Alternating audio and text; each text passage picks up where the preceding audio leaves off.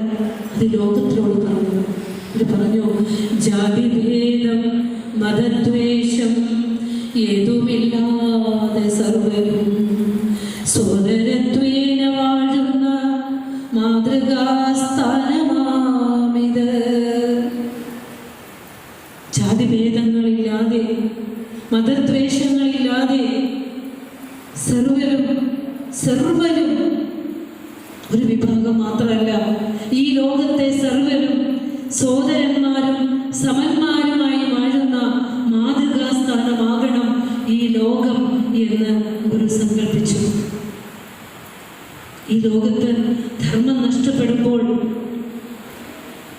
അങ്ങനെ മണ്ണിന്റെ കണ്ണീരൊപ്പാനായിട്ട് ഈ ലോകത്തേക്ക് അവതരിച്ച ശ്രീ നാരായണ ഗുരുദേവ മഹാഋഷി പറയുകയാണ് ഈ മഹാമന്ത്രം. പറയാനുള്ളത് ഒന്നേയുള്ളൂ, കേരളത്തിന് അല്ലെങ്കിൽ ഇന്ത്യക്ക് ഈ ലോകത്തോട് എന്തെങ്കിലും പറയുവാനുണ്ടെങ്കിൽ അത് ഈ മഹാഗുരുവിലൂടെയാണ്.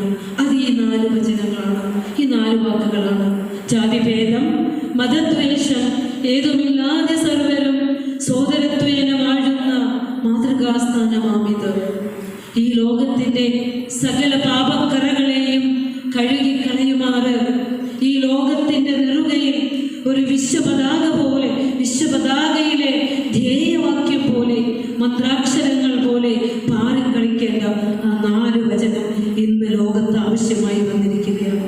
പറയുക മാത്രമല്ല ഗുരു ചെയ്തത്, അനുഷ്ഠിച്ചുകൊണ്ടാണ് പറഞ്ഞത്. അതുകൊണ്ട് നാം സ്ഥാപിക്കുന്ന ധർമ്മസംഘത്തിൽ എല്ലാ മതങ്ങളും പഠിപ്പിക്കാൻ വ്യവസ്ഥ ചെയ്യുന്നു എന്ന് പറഞ്ഞുകൊണ്ടാണ് ആ വാചകം ഗുരു പറഞ്ഞ എന്താ? തത് ത്വം, അത് നീയാണ്. ശബരിമലയിലെ തത്വമസി ഉപനിഷത്ത് തത്വമസി പഠിപ്പിക്കാൻ ഇപ്പൊ നമുക്ക് ശബരിമലയിലെ വാക്യം പരിചയപ്പെടുത്തേണ്ടി വരും. തത്വമസി, അത് നീയാണ്. തത്വം എന്ന് പറഞ്ഞാൽ ഈശ്വരൻ നീ എന്ന് പറയുന്നവരല്ല, സത്യമറിഞ്ഞ ഈ ലോകത്തെക്കുറിച്ചും സമസ്ത ചരാചരങ്ങളെക്കുറിച്ചും തത്വമറിഞ്ഞ മഹാപുരുഷന്മാർ ഓരോ കാലങ്ങളിലും പറഞ്ഞ ആ വചനങ്ങളെയാണ് മതം എന്ന് പറയുന്നത്.